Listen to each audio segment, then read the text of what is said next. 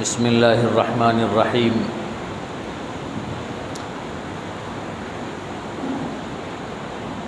الحمد للہ وکفی وسلام علی عبادہ الذین اصطفی،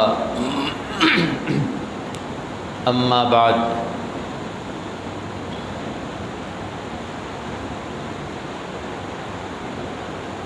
فقد قال اللہ تعالی: اعوذ باللہ من الشیطان الرجیم، بسم اللہ الرحمن الرحیم۔ انما یخشی اللہ من عبادہ العلماء۔ قال النبی صلی اللہ تعالی علیہ وسلم: فضل العالم علی العابد کفضلی علی ادناکم، او کما قال علیہ الصلاۃ والسلام۔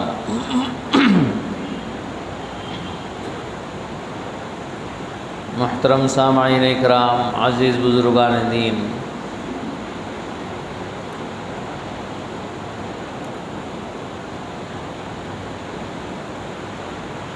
حضور پاک علیہ الصلاۃ والسلام کا ارشاد گرامی ہے۔ آپ فرماتے ہیں: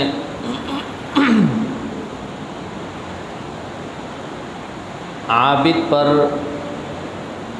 عالم کی فضیلت۔ عابد یعنی عبادت کرنے والا، عبادت گزار، ایسا بندہ جو عالم نہیں ہے لیکن عبادت گزار ہے، عبادت کرتا ہے، اور ایک بندہ ہے وہ عالم ہے۔ تو عالم اور عابد کے درمیان کیا فرق ہے؟ اللہ کے نبی علیہ الصلاۃ والسلام ارشاد فرماتے ہیں: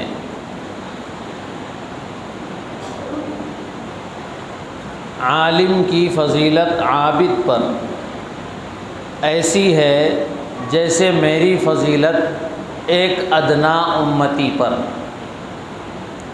یعنی نبی پاک صلی اللہ تعالی علیہ وسلم کی اور ایک ادنا امتی کے درمیان جو فضیلت ہوتی ہے، ایسی ہی فضیلت ایک عالم کی عابد پر ہوتی ہے۔ یعنی نبی اور ایک ادنا امتی برابر نہیں ہو سکتے، نبی اور ادنا امتی برابر نہیں ہو سکتے، ایسے ہی عالم اور عابد برابر نہیں ہو سکتے۔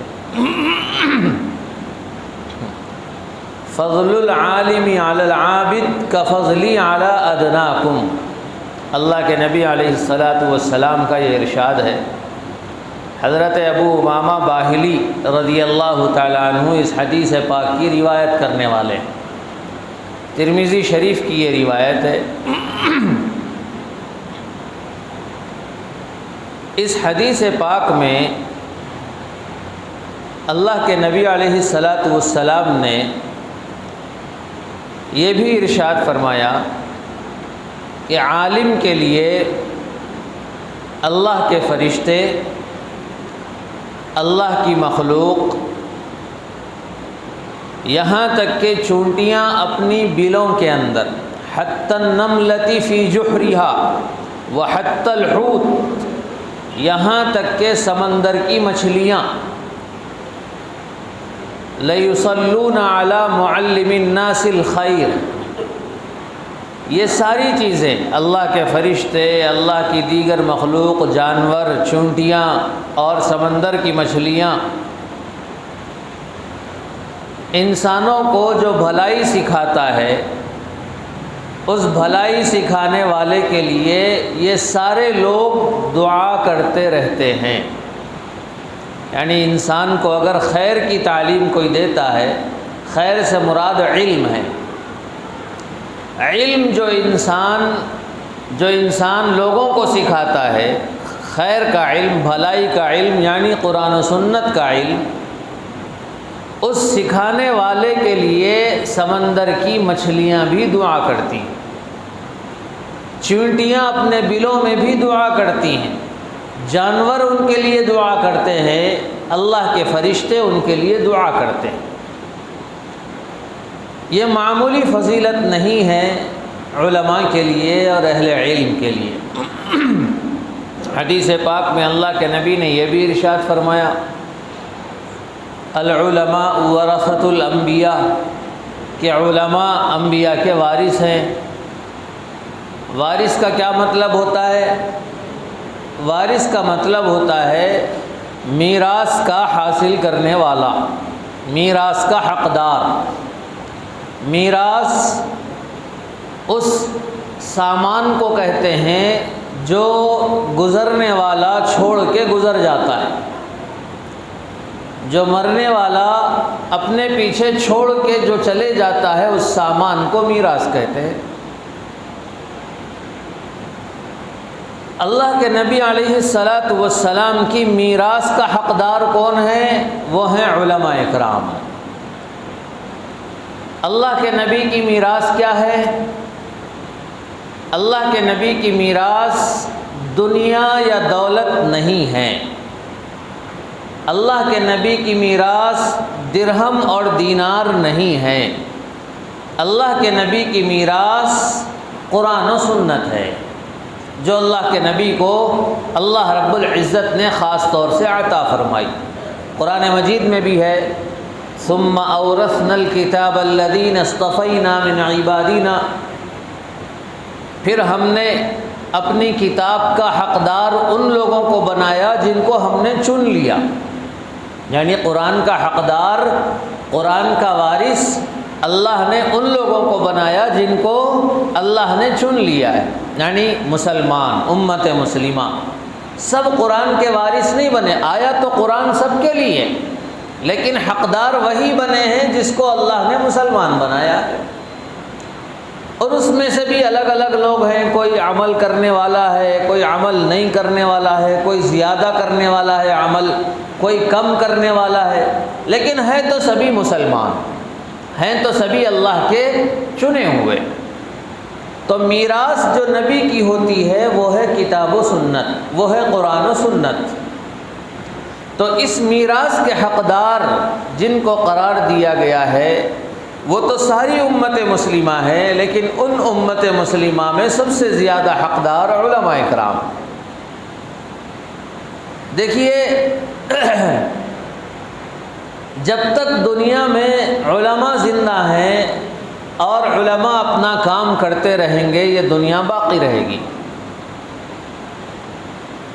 اگر علماء ختم ہو جائیں تو پھر یہ دنیا بھی ختم ہو جائے گی۔ کیسے؟ اللہ کے نبی علیہ الصلاۃ والسلام نے ارشاد فرمایا کہ اس دنیا میں جب تک کوئی بھی اللہ بولنے والا ہوگا، یعنی اللہ کی عبادت کرنے والا ہوگا، اس وقت تک دنیا رہے گی۔ اور دنیا کے پیدا کرنے کا مقصد ہی یہ ہے کہ اللہ کی عبادت ہو، ورنہ کیا مقصد ہے دنیا پیدا کر کے؟ بھئی اللہ اپنی عبادت کروانا چاہتے ہیں، اس لیے دنیا بنائی گئی، اس لیے انسانوں کو پیدا کیا گیا، انسانوں کے لیے ساری دنیا بنی۔ اگر انسان عبادت کرنا چھوڑ دے تو پھر دنیا کا کیا مقصد؟ ہوا انسان کے لیے بنائی گئی، پانی انسان کے لیے بنایا گیا، جانور انسان کے لیے بنائے گئے، آسمان سے پانی برستا ہے انسانوں کے لیے، زمین سے پانی نکلتا ہے انسانوں کے لیے، ہوائیں چلتی ہیں انسانوں کے لیے، زمین سے سبزہ نکلتا ہے، زمین سے پھل نکلتے ہیں، یہ انسانوں کے لیے۔ سیب، کھجور اور جتنے فروٹ ہیں اللہ رب العزت نے جانوروں کے لیے نہیں بنائی ہے۔ جانور کھا لیتے ہیں الگ بات ہے، لیکن اصل جو بنایا گیا ہے وہ انسانوں کے لیے۔ اور اگر انسان کو جس کام کے لیے بنایا گیا ہے، اگر وہ انسان کام نہ کرے، انسان اس مقصد میں پورا نہ اترے، تو کیا اللہ یہ دنیا باقی رکھیں گے؟ آدمی کو تنخواہ ملتی ہے جب وہ کام کرتا ہے. امپلائی، ملازم کو مالک تنخواہ اسی وقت دیتا ہے جب وہ کام کرتا ہے.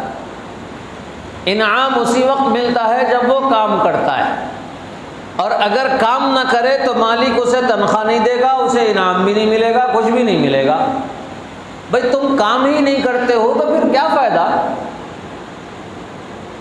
تو بندہ اگر اپنا کام کرنا چھوڑ دے تو یہ جو دنیا کے انعامات ملے ہوئے ہیں اللہ کہیں گے کہ بھائی یہ رکھ کے کیا فائدہ؟ بھائی تمہیں پانی دے کے کیا فائدہ، تمہیں ہوا دے کے کیا فائدہ، تمہیں روشنی دے کے کیا فائدہ، جب تم اپنا کام ہی نہیں کرتے، جب تم عبادت ہی نہیں کرتے. اللہ کے نبی فرماتے ہیں کہ جب تک دنیا میں اللہ کی عبادت ہوگی دنیا قائم رہے گی، اور جب عبادت ختم ہو جائے گی تو دنیا بھی ختم ہو جائے گی.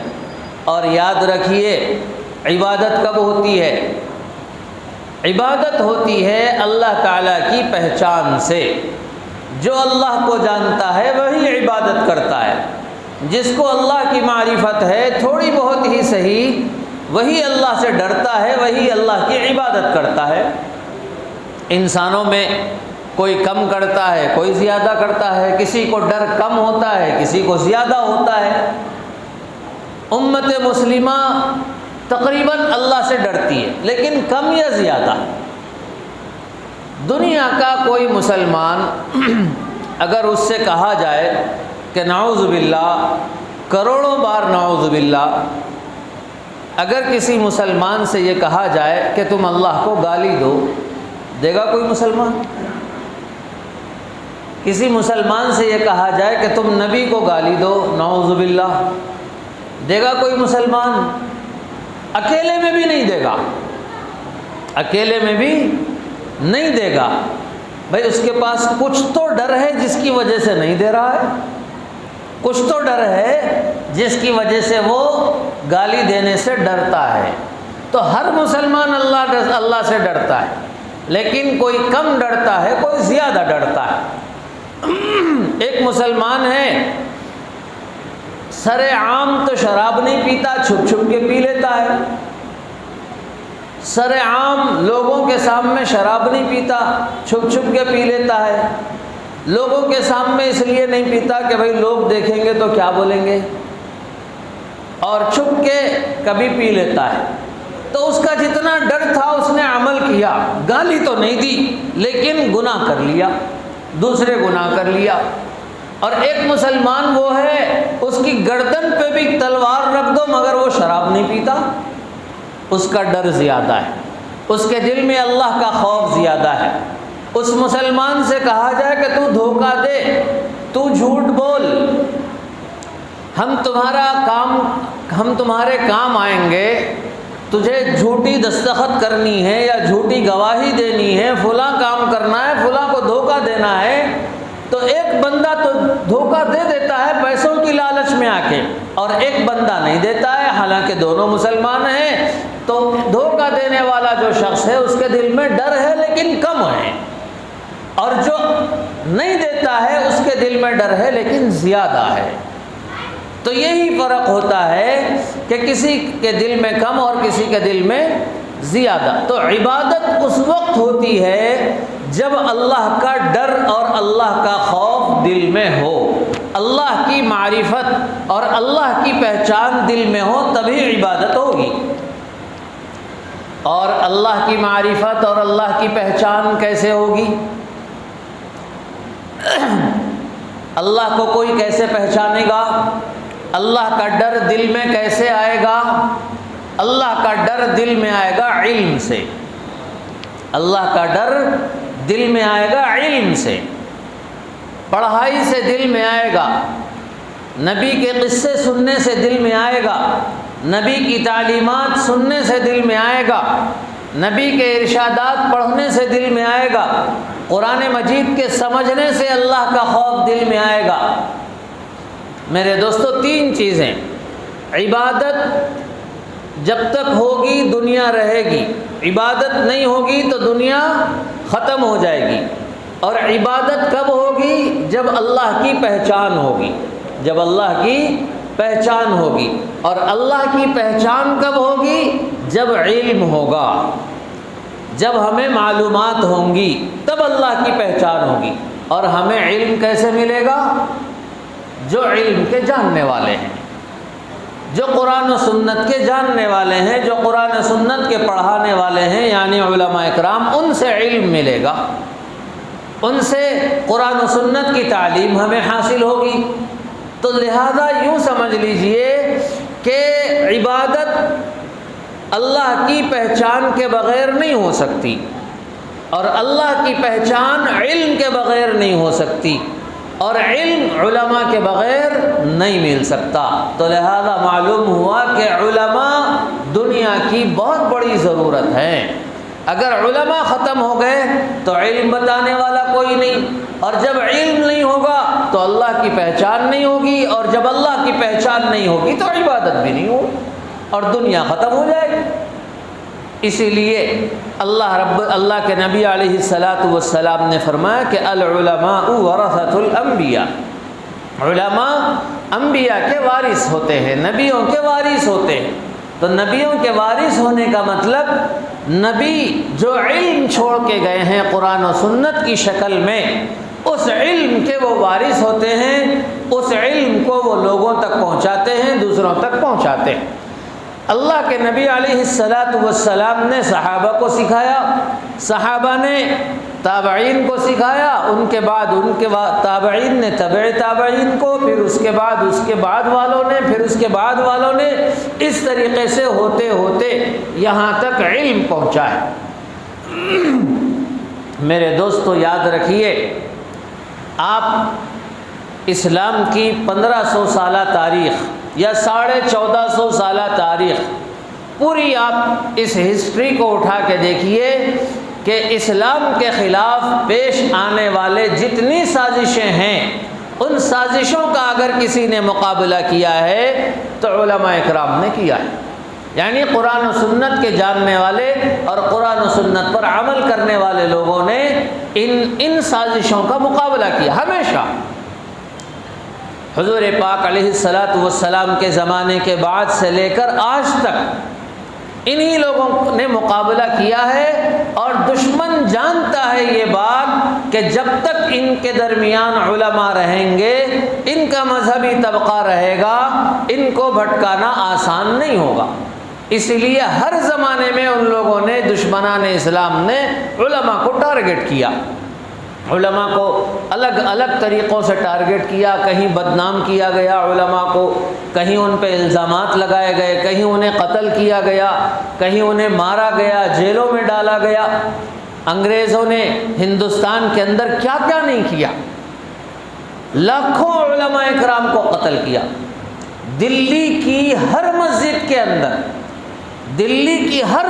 کے اندر مدرسہ چلتا تھا، یاد ہے؟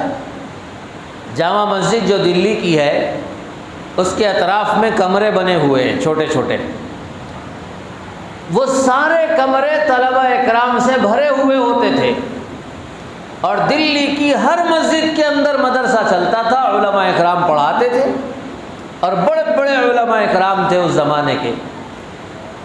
حضرت شاہ عبد العزیز محدث دہلوی، شاہ اسحاق دہلوی اسی زمانے کے علماء میں سے، انہوں نے پڑھایا، لکھایا، سب کچھ کیا.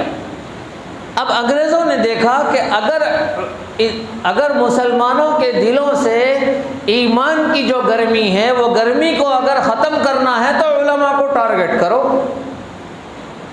اسلام کو ٹارگٹ کرنا ہے تو علماء کو ٹارگٹ کرو. جب تک علماء کو ٹارگٹ نہیں کیا جائے گا، اسلام ان کا کمزور نہیں ہو سکتا. اور یہ بات یاد رکھیے، اللہ رب العزت کو جب تک منظور ہوگا، اللہ رب العزت اسلام کو باقی رکھیں گے. اور ایک بات یہ بھی یاد رکھیے کہ اللہ رب العزت کسی کے محتاج نہیں ہیں، اللہ رب العزت کسی کے محتاج نہیں ہیں. اگر کوئی بندہ اللہ کے دین کی خدمت کرتا ہے تو یہ اس بندے کی خوش نصیبی ہے کہ اللہ نے اس سے کام لے لیا، اس بندے کی خوش نصیبی ہے. ورنہ اللہ رب العزت کسی سے بھی کام لے سکتے. جب ضرورت پڑی تو اللہ رب العزت نے غیروں سے بھی کام لے لیا. غیروں سے بھی کام لیا اللہ رب العزت نے جب ضرورت پڑی۔ تو ہمیں قدردانی کرنی ہے کہ اللہ رب العزت نے ہمیں وارث بنایا ہے قرآن مجید کا، ہمیں وارث بنایا ہے نبی پاک صلی اللہ علیہ وسلم کی تعلیمات کا۔ تو میرے دوستو، آج کل کے زمانے کے اندر اسلام کے خلاف شکوک و شبہات پھیلانے کے لیے اور اسلام کو ٹارگٹ کرنے کے لیے سب سے پہلے علماء کو ٹارگٹ کیا جا رہا ہے کہ علماء کو بدنام کرو، علماء کے بارے میں ایسی باتیں پھیلاؤ کہ لوگ ان سے دور ہو جائیں۔ میرے دوستو یاد رکھیے، جو قوم اپنے مذہبی رہنماؤں سے دور ہو جاتی ہے وہ قوم کبھی ترقی نہیں پا سکتی، ان کا مذہب کبھی زندہ نہیں رہ سکتا۔ وہ اپنے تشخصات کے ساتھ، وہ اپنی جو اصل چیزیں ہیں ان چیزوں کے ساتھ وہ زندہ نہیں رہ سکتے۔ میرے دوستو، رشیا کی تاریخ اٹھا کے دیکھ لیجئے، ترکی کی تاریخ اٹھا کے دیکھ لیجئے، آج سے 100 سال پہلے، تقریباً 70-80 سال پہلے ٹرکی میں کیا ہوا؟ علماء کو ٹارگٹ کیا گیا، چن چن کے علماء کو قتل کیا گیا۔ پھر اس کے بعد پابندی لگا دی گئی قرآن مجید پہ، پابندی لگا دی گئی اذان پہ کہ کوئی اذان نہیں دے سکتا، کوئی قرآن مجید کو اپنے گھر میں رکھ نہیں سکتا، پڑھنا تو دور کی بات، قرآن رکھنے کی اجازت نہیں تھی۔ کون تھا یہ؟ مصطفیٰ کمال اس کا نام تھا، جو ترکی میں آیا تھا جس نے، اور خلافت کو یعنی خلافت عثمانیہ جو تھی اس کو ختم کرنے والا۔ اصل وہ ختم کرنے والا نہیں تھا، ختم کرنے والے تو انگریز تھے، ختم کرنے والے تو یہودی اور عیسائی تھے جو زمانے سے سازشیں کر رہے تھے۔ پھر اس کے بعد کیا ہوا؟ وہاں کے لوگوں نے، جن کے دلوں میں اسلام ابھی باقی تھا، ان لوگوں نے محنتیں کی، چھپ چھپ کر اسلام کی تعلیمات کو پھر عام کیا۔ شراب خانہ کھولا گیا، اور باہر سے تو وہ شراب خانہ دکھتا تھا، وہ وائن شاپ دکھتی تھی، لیکن اندر اس کے قرآن مجید کی تعلیم ہوتی تھی۔ کیوں وائن شاپ رکھا گیا تھا، بنایا گیا کہ پولیس جب آئے گی تو دیکھنے میں یہ لگے گا بھائی یہ تو شراب خانہ ہے، یہاں کون قرآن رکھ سکتا ہے۔ تو ان لوگوں نے اس بہانے کہ بھائی وائن سے، شراب سے ان کا ذہن نہیں جائے گا، ان لوگوں نے باہر شراب خانہ کھول دیا، لیکن اندر مدرسہ چل رہا ہے، اندر قرآن پڑھایا جا رہا ہے، اندر دین پڑھایا جا رہا ہے۔ ایسا کرتے کرتے ان لوگوں نے دین کی حفاظت کی۔ کن لوگوں نے کی؟ انہی لوگوں نے کی جو قرآن و سنت کے وارث ہیں۔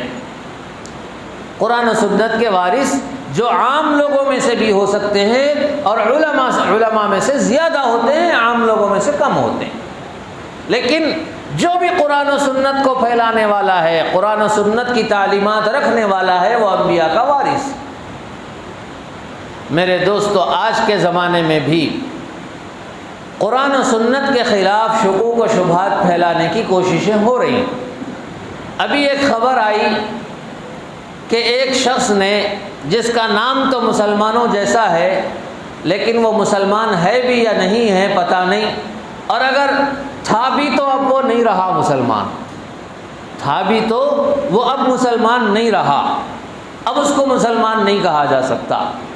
اس نے الہ آباد ہائی کورٹ کے اندر ایک یاچیکا دائر کی، ایک پٹیشن سبمٹ کی، یہ کہہ کر کہ قرآن مجید کی 24 آیتوں کو قرآن سے ختم کر دیا جائے۔ الہ آباد ہائی کورٹ کے اندر ابھی تازہ اس کی خبر ہے کہ وہاں ایک پٹیشن سبمٹ کی گئی کہ قرآن کی 24 آیتوں کو ختم کر دیا جائے۔ کیوں ختم کیا جائے 24 آیتیں؟ اس لیے ختم کی جائیں کہ ان 24 آیتوں میں دنیا کے اندر آتنک پھیلانے کی ترغیب دی گئی، یہ ٹیررزم کو پروموٹ کرتا ہے، اس وجہ سے ان آیتوں کو ختم کیا جائے۔ نعوذ باللہ، نعوذ باللہ۔ یہ کون ہے کرنے والے؟ یہ نام ان کا مسلمان ہے، وہ مسلمان حقیقت میں نہیں ہیں۔ یہ وہی لوگ ہیں جو اسٹیج پہ کھڑے ہو کے بڑے تعریفیں کرتے ہیں اسلام کی، پروفٹ محمد ایسے تھے، فلاں ایسے تھے، یہ تھے، اور اندر سے اسلام سے اتنی دشمنی ان لوگوں کو۔ کیوں ہے اسلام سے دشمنی؟ ان کا ایک ہی ٹارگٹ ہے کہ اسلام کو ختم کیا جائے، ایک ہی ان کا ٹارگٹ۔ ان کا ٹارگٹ مسلمانوں کے ناموں سے کچھ نہیں۔ میرے دوستو، یہ شکوک و شبہات جو پھیلائے جا رہے ہیں امت کے اندر، یہ شکوک و شبہات کے شکار مسلمان بھی ہو رہے ہیں۔ کون سے مسلمان شکار ہو رہے ہیں؟ وہ مسلمان شکار ہو رہے ہیں جو علماء سے جڑے ہوئے نہیں ہیں، جو دین کے سچے جو علمبردار ہیں ان سے جو عوام جڑی ہوئی نہیں ہے، وہ ان سازشوں کے شکار ہو رہے ہیں۔ ان کے دلوں میں فوراً شک آ جاتا ہے، ارے بھائی ایسا کیوں، ارے ایسا کیوں؟ اعتراض کرنے والے، کوئی اگر مسجد میں اے سی لگا رہا ہے تو ان کے دلوں میں آتا ہے کہ بھائی مسجد میں اے سی لگانے سے بہتر ہے کہ کسی غریب کے گھر کے اندر فین لگا دو۔ حج کو جانے سے بہتر ہے کسی غریب بچی کی شادی کر دو۔ اس طریقے کے اعتراضات کیے جاتے ہیں۔ ٹھیک ہے، اگر کوئی نفل حج کر رہا ہے تو نفل حج کی اجازت ہے، لیکن اگر کوئی اس سے بہتر کسی غریب کی خدمت کرنا چاہتا ہے تو کرے۔ لیکن ان اعتراض کرنے والوں سے میں پوچھتا ہوں کہ بھائی تم 300 روپئے، 900 روپئے، 2000 روپئے کی ٹائی لگاتے ہو، یہ ٹائی لگانے کی کیا ضرورت ہے؟ تم کسی غریب کو 200 روپئے دے دیتے تو بہتر تھا۔ بھائی 5000 کا جوتا تم پہن رہے ہو، 200 کی اگر چپل پہن لیتے تو کیا جاتا؟ تم 10 لاکھ کی گاڑی میں پھر رہے ہو، اگر تم میٹرو میں سفر کر لو، تم بس میں سفر کر لو، کیا جائے گا تمہارا؟ وہ 10 لاکھ میں کئی خاندان کی بچیوں کی شادیاں ہو جائیں گی۔ یہ کیوں نہیں سوچتا کوئی؟ دین کے بارے میں مذاق اڑاتے ہیں، دین کے بارے میں شکوک و شبہات پھیلاتے ہیں، لیکن ان چیزوں میں کوئی نہیں سوچتا کہ بھئی یہ کام کرنے گئے، فضول خرچی۔ ایک آدمی ایسا اپنی داڑھی بنانے کے لیے وہ ڈیلی 200-300 روپیہ خرچ کرتا ہے، اس کو یہ فکر نہیں ہوتی کہ 200-300 روپیے میں ایک گھر کا کھانا آ جائے گا ایک دن کا، اور اعتراض کرتے ہیں تو دین کی باتوں۔ میرے دوستو یاد رکھیے، علم والوں سے جڑ کے رہیے، سچے علم والے، سچے علماء جو ہیں، سچے علماء کی پہچان یہ ہے کہ جو قرآن و سنت پہ عمل کرنے والا ہے وہی سچا عالم۔ جو ادھر ادھر بھٹکتا ہے، کبھی اس کی گا رہا ہے کبھی اس کی گا رہا ہے، وہ سچا عالم نہیں ہو سکتا۔ جو قرآن و سنت پہ صحیح عمل کرنے والا ہے وہی سچا عالم ہو سکتا ہے۔ اپنے آپ کو علماء سے جوڑا کے رکھیے، ملا کے رکھیے۔ اگر مل کے نہیں رہیں گے علماء سے تو پھر میرے دوستو ہمارا بہت زیادہ خسارہ ہو جائے۔ اللہ تبارک و تعالی ہم سب کو نیک عمل کرنے کی توفیق نصیب فرمائے، اسلام کے خلاف ہونے والی سازشوں سے ہم سب کو محفوظ فرمائے۔ وآخر دعوانا الحمد للہ رب العالمین۔